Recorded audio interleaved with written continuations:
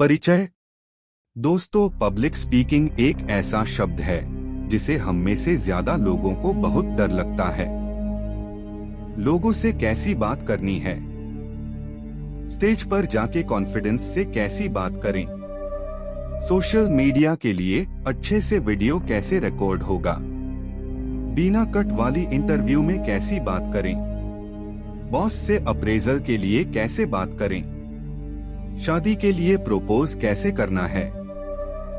सभी चीजों के लिए पब्लिक स्पीकिंग में माहिर होना बहुत जरूरी है। उस इंसान को याद कीजिए जिसका बोलने का तरीका आपको बहुत पसंद है। उनकी पब्लिक स्पीकिंग कमाल की है और आप भी उसी इंसान की तरह लाखों लोगों से बात करना चाहते हैं, उन पर पॉजिटिव प्रभाव डालना। अगर आपके मन में भी यही सब कुछ चल रहा है तो यह समरी आपका जीवन बदल सकती है। आज हम the art of public speaking किताब के बारे में बात करने वाले हैं, जिसे best selling author Dale Carnegie ने लिखा है। इस किताब को अच्छे से समझने के लिए हमने इसको 12 चैप्टर्स में डिस्कस किया है। तो चलिए फिर एक एक करके सबको डिटेल में समझते हैं। चैप्टर 1, लोगों के सामने बोलना।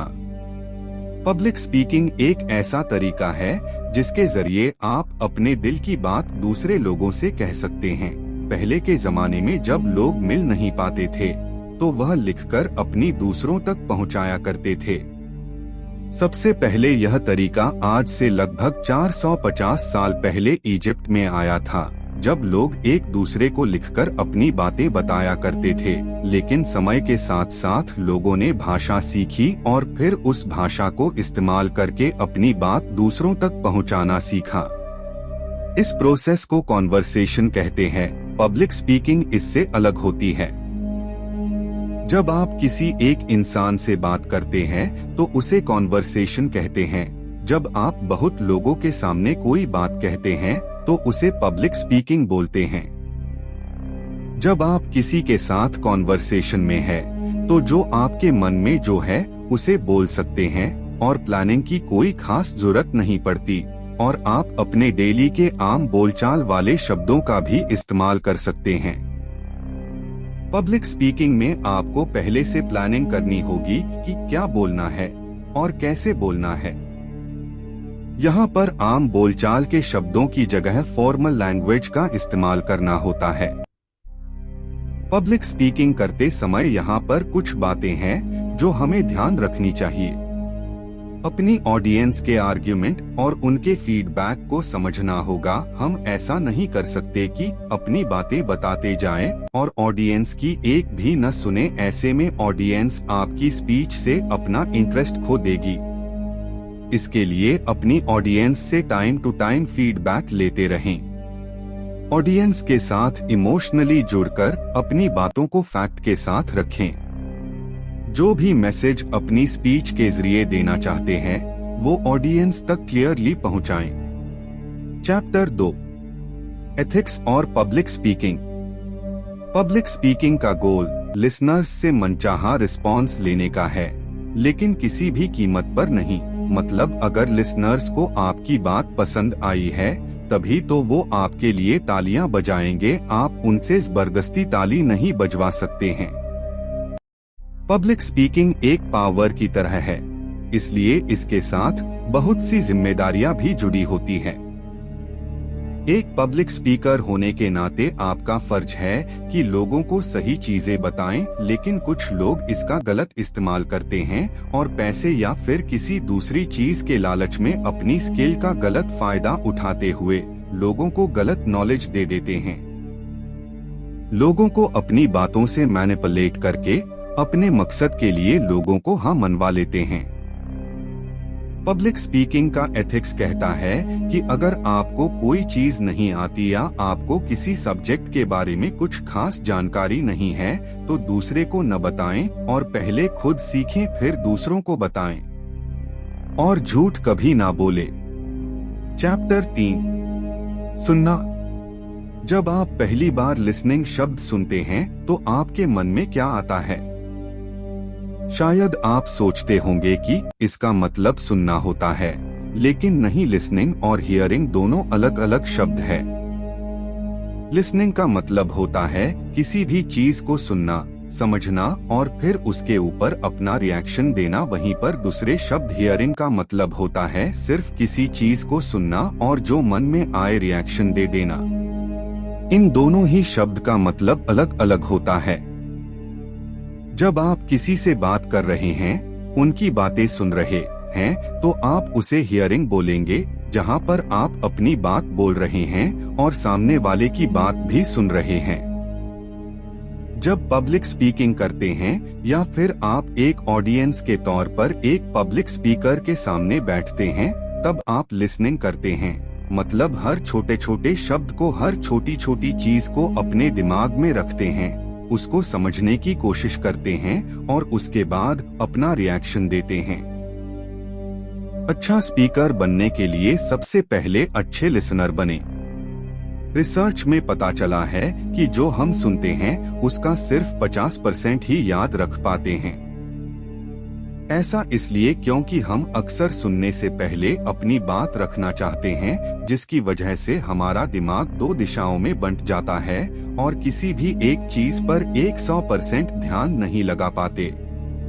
इसलिए एक अच्छा पब्लिक स्पीकर बनने के लिए यह बहुत जरूरी है कि अपनी ऑडियंस की बात अच्छे से समझे। इसलिए जब कभी भी आपकी ऑडियंस आपसे कुछ बोले तो आपको बिल्कुल चुप हो जाना है, ताकि आप उनकी बात को अच्छी तरीके से समझ पाए, न कि सिर्फ अपनी बात बोलते रहे और उनकी बात भी ना समझ पाए। या फिर आप अगर एक ऑडियंस के रूप में जा रहे हैं तो अपने पब्लिक स्पीकर की बात को पहले सुने, उसके बाद अपनी बात कहें, ताकि आप दोनों ही एक दूसरे को अच्छे से समझ सके।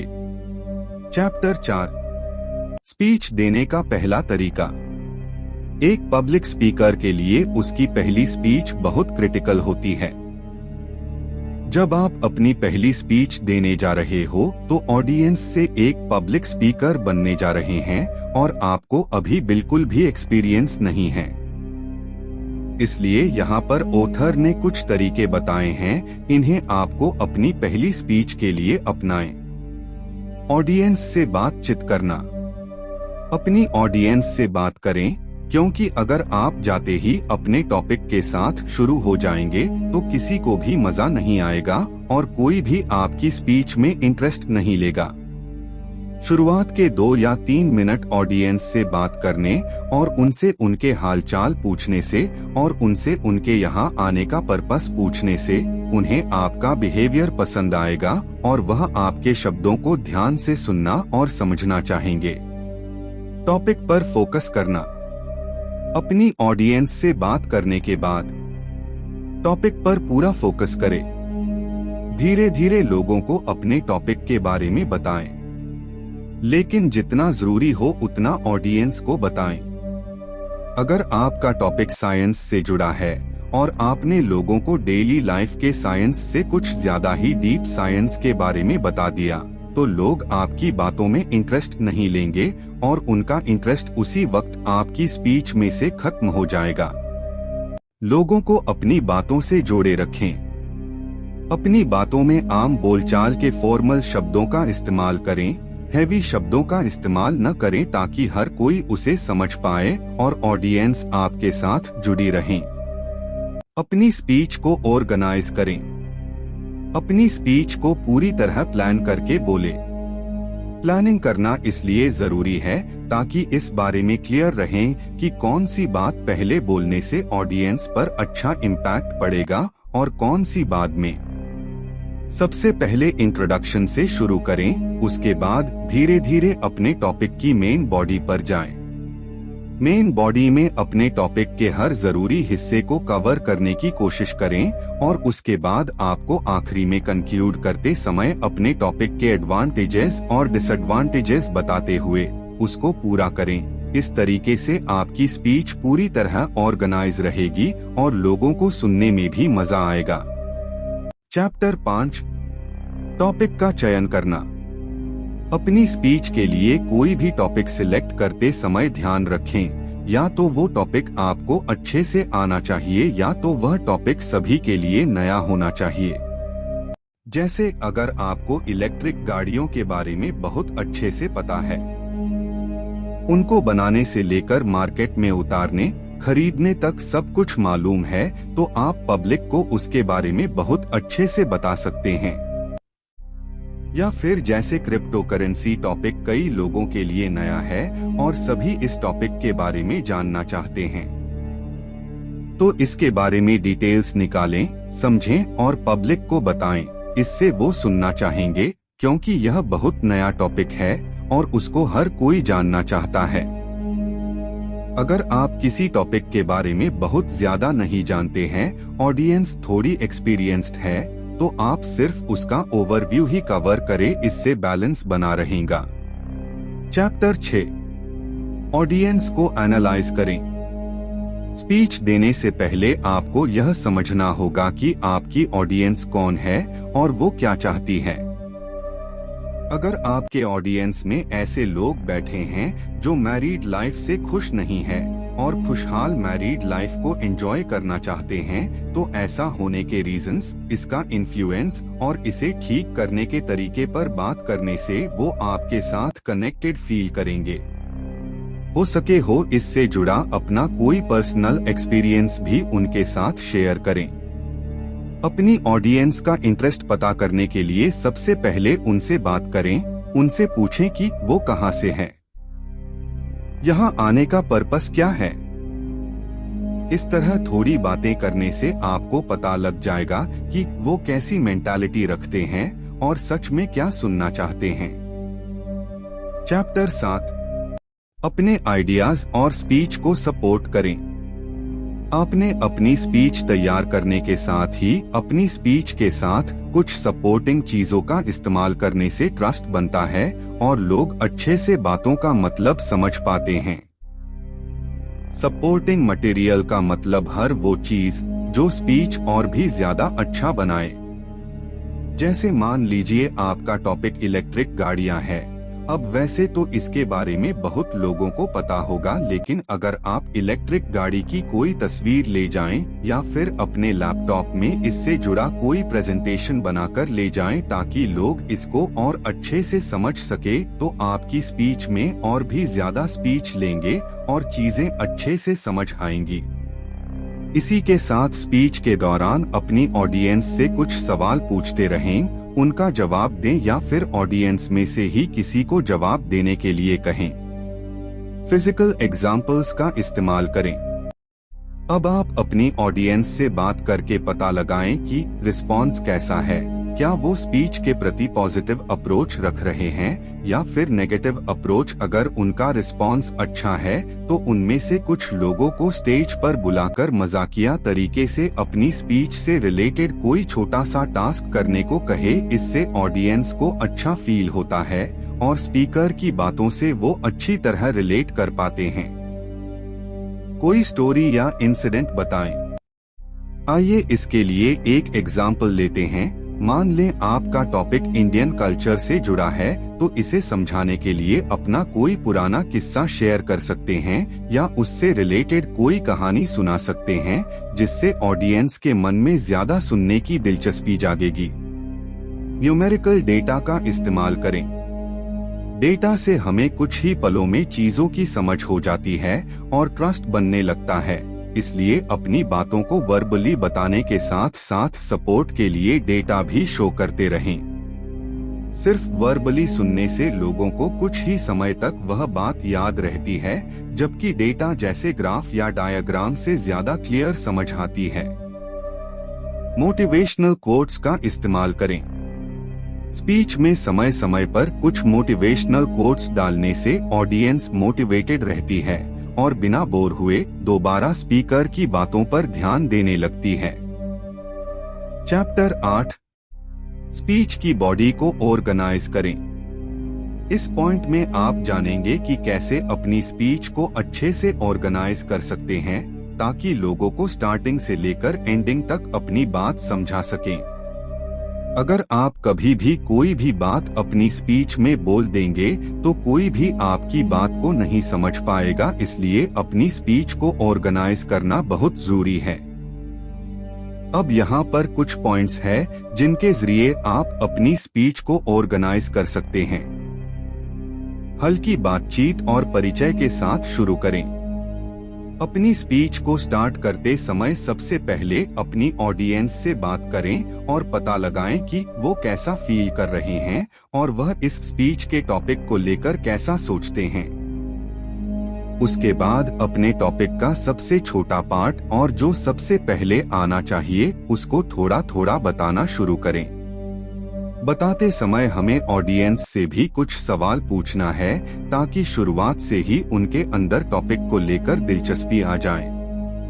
ध्यान रखें कि शुरुआत में ही बहुत ज्यादा गहराई में ना जाएं, सिर्फ थोड़ी थोड़ी बातें करें और ऑडियंस से इंटरैक्ट करके कनेक्शन बनाएं। स्पेशल ऑर्डर को फॉलो करें। अपनी में छोटा सा परिचय देने के बाद अब अपनी के मेन बॉडी पर आना है, जहां पर अपने टॉपिक के बारे में गहराई तक जाना है।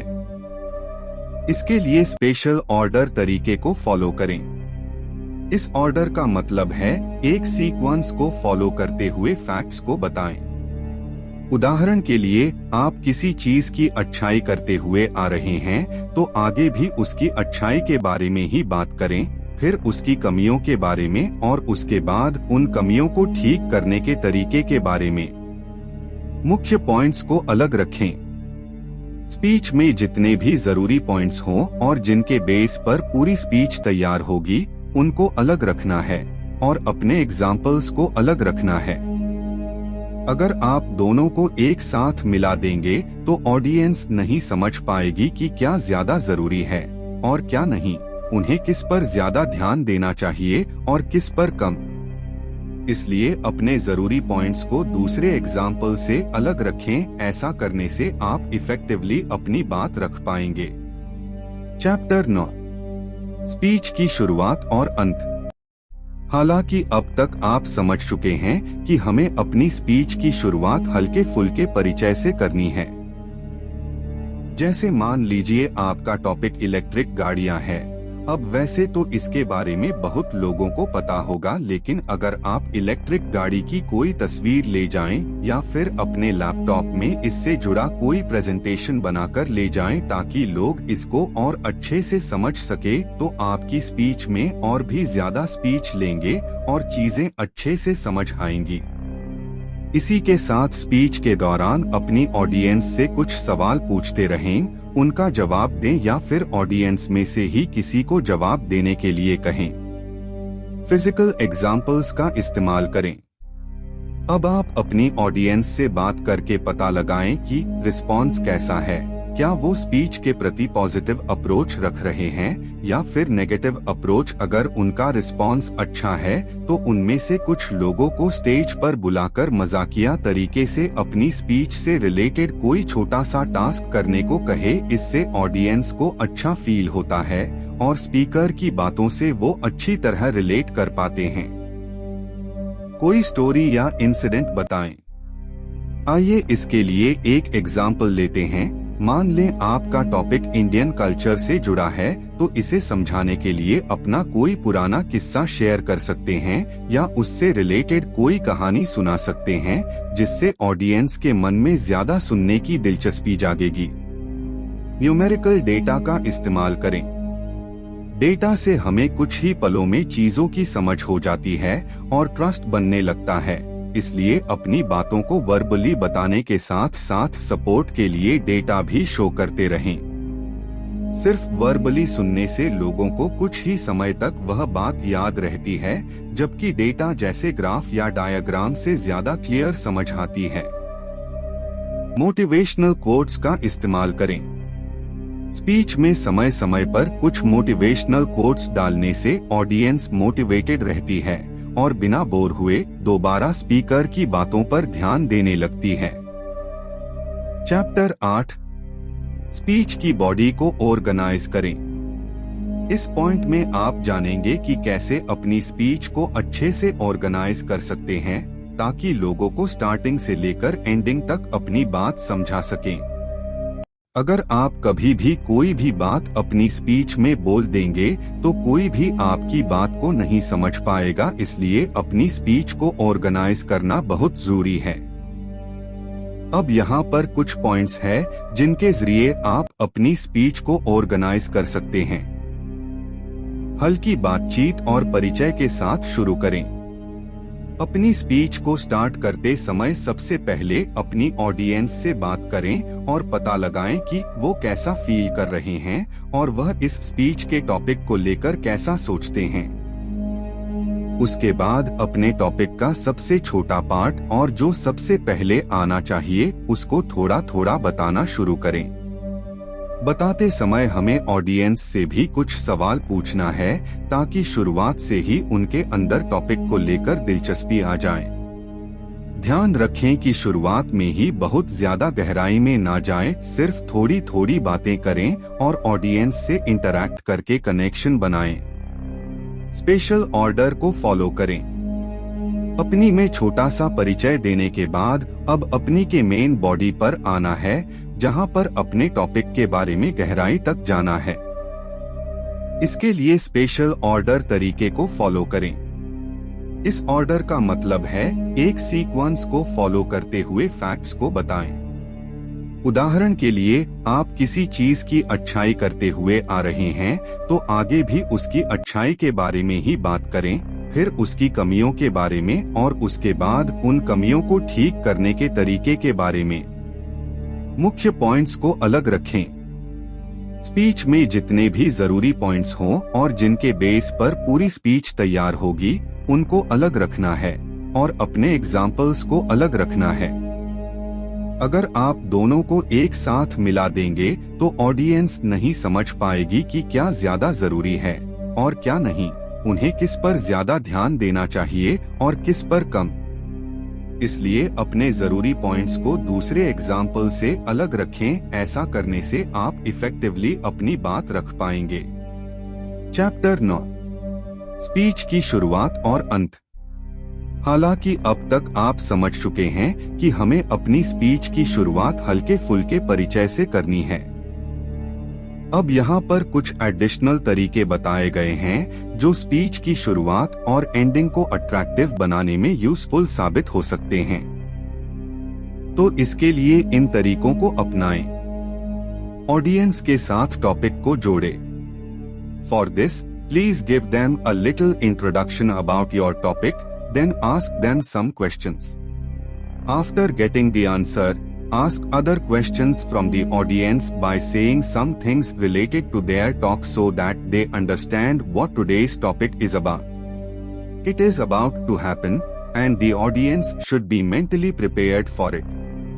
इसके लिए अपने टॉपिक के बारे में उनको थोड़ा परिचय दें, फिर उनसे कुछ सवाल पूछें और जवाब मिलने के बाद उनकी बातों से रिलेटेड कुछ बातें कहकर ऑडियंस में से किसी और से अगला सवाल पूछें, ताकि वह यह समझ जाए कि आज का टॉपिक किस बारे में होने वाला है और ऑडियंस इसके लिए मेंटली प्रिपेयर हो जाए। कोटेशन के साथ शुरू करें। परिचय के बाद सबसे पहले किसी फेमस लाइन या फेमस कोटेशन के साथ अपनी बात को शुरू करना है, जिससे लोग मोटिवेटेड फील करें और स्पीच में दिलचस्पी लेने लगें। स्टोरी बताएं। बचपन से ही हमें कहानी सुनना पसंद है। स्टोरी से सीखी गई बात डायरेक्ट हमारे सबकॉन्शियस माइंड में चली जाती है। इसलिए परिचय देने के बाद और एक मोटिवेटेड लाइन कहने के बाद अब ऑडियंस को स्पीच से रिलेटेड कोई इंसिडेंट या कहानी सुनाएं। ऑडियो इक्विपमेंट या विजुअल एड्स का इस्तेमाल करें। अब अपनी ऑडियंस को कहानी सुनाने के बाद अब हम अपनी स्पीच की मेन बॉडी पर आ चुके हैं, जहां अपनी स्पीच के बारे में बता रहे हैं। इस दौरान अपनी बातों को सिर्फ बोलकर समझाने की बजाय उससे जुड़े फोटोज या वीडियोस दिखाएं। अपनी स्पीच को समराइज करें। अब आप अपनी आधे से ज्यादा स्पीच को खत्म कर चुके हैं और अब आपको एंडिंग की तरफ बढ़ना है, इसलिए अब आप अपनी स्पीच को धीरे धीरे कम करना शुरू करें और ऑडियंस से और ज्यादा सवाल पूछना शुरू करें। ताकि उनको समझ आ जाए कि आप स्पीच खत्म होने वाली है और उसी हिसाब से आपको जवाब भी दे पाएं। ऐसा करने से आप अपने स्पीच के एंड को भी एंजॉयबल बना सकते हैं। कोटेशन और गुड लक के साथ खत्म करें। आप अपनी स्पीच को खत्म करने के बाद आपको शुरुआत की तरह दोबारा एक मोटिवेटेड कोटेशन देना है, ताकि लोग जाते समय भी मोटिवेटेड फील करें और उनको गुड लक विश करें, ताकि वह आपके लिए अपने मन में एक अच्छी इमेज लेकर जाएं और अगली बार दोबारा आपकी स्पीच में आने के लिए तैयार रहे। Chapter 10 speech outlining. अभी तक हमने देखा कि ऑडियंस के सामने स्पीच को कैसे बोलेंगे। अब आप जानने वाले हैं, जब आप अपने लिए स्पीच लिख रहे हों तो किन किन बातों का ध्यान रखना है और हम स्पीच कैसे लिख सकते हैं ताकि उसमें कोई गलती ना हो और वह एक एक्साइटिंग स्पीच बन पाए। एक अच्छी स्पीच लिखने के लिए यहाँ पर कुछ पॉइंट्स दिए गए हैं। तैयारी का आउटलाइन। जब कोई स्पीकर स्टेज पर जाकर बोलते हैं तो वह सिर्फ एक पेपर पर ऐसे ही नहीं लिखी होती, उसके बारे में सब लिखा होता है कि कब कौन सी लाइन बोलनी है, क्या परिचय है, क्या मेन बॉडी है और क्या एंडिंग है, कब किस चीज का एग्जाम्पल देना है, कब ऑडियंस से कौन सा सवाल पूछना है और कहां पर दोबारा बोलना है। इसी प्रोसेस को हम प्रेपरेशन आउटलाइन बोलते हैं। अब देखते हैं कि आप आउटलाइन प्रिपरेशन कैसे कर सकते हैं। अपनी स्पीच के स्पेसिफिक पर्पस के बारे में क्लियर रहें। इसके लिए आपको यह ध्यान रखना है कि अपनी स्पीच के सबसे जरूरी पॉइंट्स यानी मेन बॉडी में क्या देना है, या फिर इसको एक और तरीके से समझ सकते हैं कि हमें अपने स्पीच का टाइटल क्या रखना है। हमारी स्पीच किस चीज पर होने वाली है, हमें वह लिखना है। जैसे अगर स्पीच किसी देश के ऊपर है तो सबसे पहले उस देश का नाम लिखना है और ऑनलाइन या जितने भी रिसोर्सेज आपके पास है वह सब कुछ निकालना है। यह हमारे पहले स्टेप का हिस्सा है, जहां पर हमें यह डिसाइड करना है कि स्पीच का क्या टाइटल होगा और स्पीच इस टॉपिक पर होगी। इंट्रोडक्शन, बॉडी और कंक्लूजन को पहचान लें। अब अपनी स्पीच का टाइटल डिसाइड करने के बाद आपको देखना है कि स्पीच के हमें परिचय में कौन सा हिस्सा डालना है, बॉडी में कौन सा हिस्सा डालना है और स्पीच को खत्म करते हुए कौन सा हिस्सा डालना है।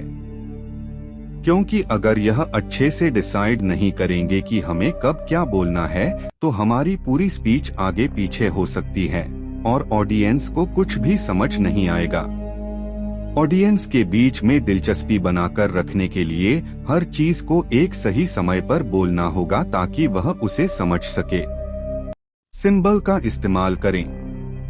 पूरी स्पीच में एक फ्लो को बनाए रखें। ऐसा ना हो कि आप पहले कुछ और बोल रहे हैं और बाद में कुछ और बोलने लग जाए, जिसकी वजह से हमारी बात हमसे ही गलत हो जा और ऑडियंस दिलचस्पी छोड़ दे।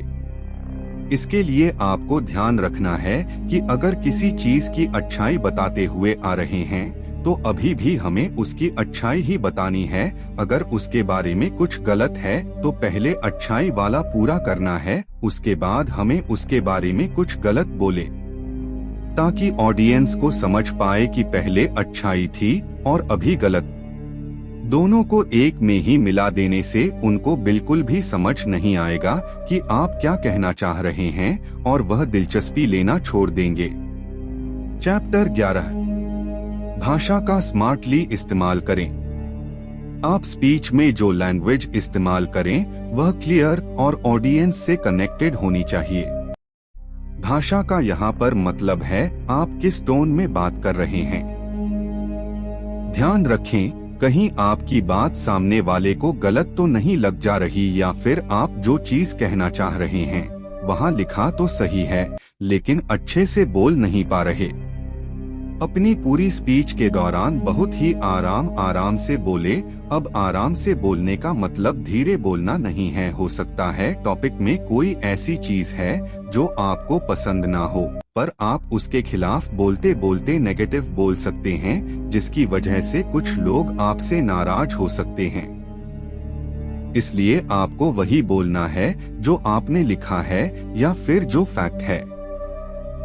रियलिस्टिक बातों से अगर कि किसी को हर्ट हो सकता है तो अपनी बातें इस तरह रखें ताकि ऑडियंस को बुरा भी न लगे और बात का मतलब भी समझ जाए। चैप्टर 12 डिलीवरी, बात को लोगों तक पहुंचाना।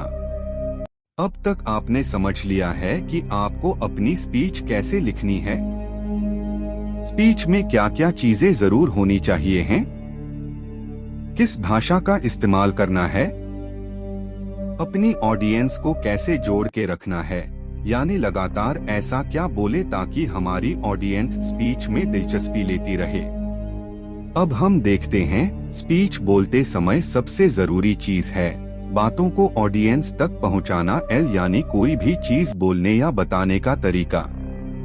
आप खुद ही सोचिए, आज तक जितने भी पब्लिक स्पीकर्स को देखा है, क्या आपने कभी देखा है कि वह सुस्त होकर में कोई बात बोल रहे हो। वह जो भी बोलते हैं जोश और पूरे होश में बोलते हैं। इससे उनकी बातों का इन्फ्लुएंस और विश्वास बढ़ने लगता है। अपनी बातों को पहुंचाने के लिए इन तरीकों को अपनाएं। आपका वेशभूषा, पर्सनल अपीयरेंस, यानी कोई भी इंसान किस तरीके से आपके सामने आता है। आप सोच कर देखिए, अगर आप स्पीच के लिए सिर्फ शॉर्ट्स और टी शर्ट पहन के स्टेज पर जा रहे हैं तो क्या सामने वाला इंसान आपको सीरियस लेगा या फिर वह आपकी बात पर विश्वास करेगा? नहीं, क्योंकि आप उसके सामने उस तरीके से अपीयर नहीं हुए जिस तरीके से वह चाहता था। यानी जब कभी भी एक पब्लिक स्पीकर के बारे में सोचते हैं तो सूट बूट पहना एक सज्जन इंसान हमारे दिमाग में आता है। तो आप भी हमेशा वही सज्जन इंसान बनकर अपनी स्पीच के लिए जाएं, या एटलीस्ट फॉर्मल कपड़े पहने। इशारे, स्पीच के दौरान स्पीकर के हाथ और कंधों की मूवमेंट। सूट पहनकर तैयार तो होने से पहली चीज सही हो गई है। अब दूसरी स्किल पर ध्यान देने के लिए अपने बॉडी पोस्चर और हाथों के एक्शन का ख्याल रखें। स्पीच के हिसाब से अपने बॉडी मूवमेंट को बदलते रहें। जैसे सिर्फ एक चेयर पर बैठकर मोटिवेशनल स्पीच देने की बजाय मोटिवेशनल स्पीच को खड़े होकर लोगों के साथ मिलकर अपने पूरे हाथ खोलकर उनसे कुछ सवाल पूछकर उसके कुछ जवाब देकर अपनी स्पीच बोलेंगे तो ऑडियंस को दिलचस्पी आएगी, वे आपकी बात समझ पाएंगे और विश्वास कर पाएंगे। आंखों में देखना। तीसरी सबसे ज्यादा जरूरी चीज है आंखों का कनेक्शन। आप स्पीच देते समय कहां देख रहे हैं, यह आपके ऑडियंस पर इफेक्ट डालने में इम्पोर्टेंट रोल अदा करता है। ध्यान दें, कहीं किसी दीवार, पंखे या किसी दूसरे पब्लिक स्पीकर को तो नहीं देख रहे। अगर ऐसा देख रहे हैं तो यह नर्वसनेस को शो करता है। यह दिखाता है कि आपके अंदर कॉन्फिडेंस की कमी है। इससे ऑडियंस आपकी बात पर विश्वास नहीं कर पाएगी और आपकी स्पीच में दिलचस्पी नहीं लेंगे।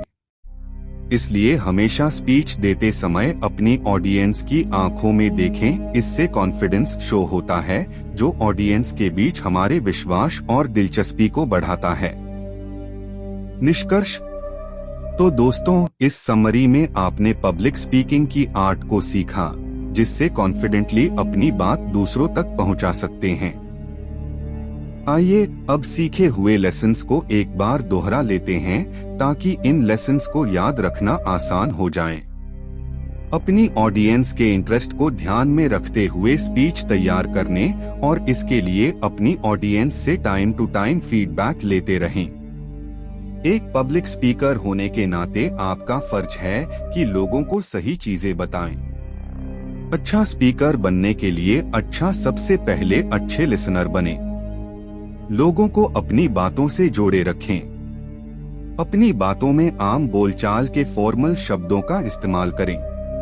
अपनी स्पीच को पूरी तरह प्लान करके बोले। प्लानिंग करना इसलिए जरूरी है ताकि इस बारे में क्लियर रहें कि कौन सी बात पहले बोलने से ऑडियंस पर अच्छा इम्पैक्ट पड़ेगा और कौन सी बाद में। अपनी स्पीच के लिए कोई भी टॉपिक सिलेक्ट करते समय ध्यान रखें या तो वो टॉपिक आपको अच्छे से आना चाहिए या तो वह टॉपिक सभी के लिए नया होना चाहिए।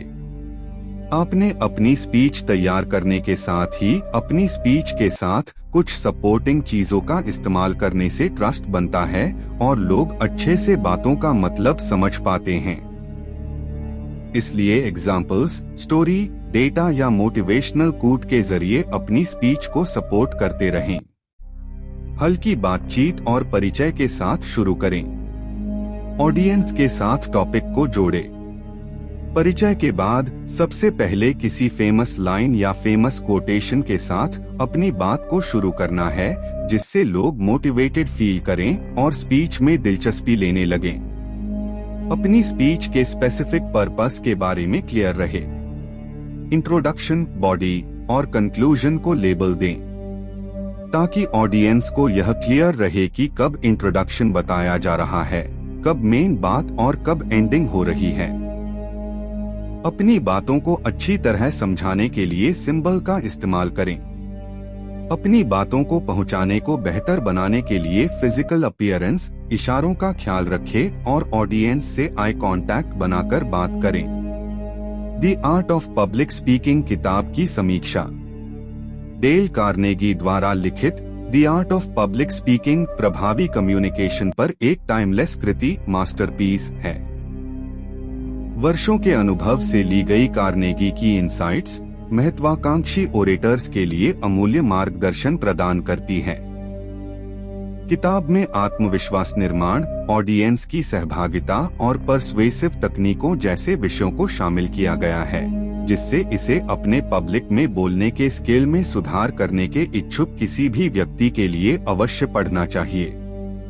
किताब आत्माश्वासन और एलोक्वेंस को बढ़ावा देने, तैयारी, अभ्यास और सहानुभूति के महत्व पर जोर देती है।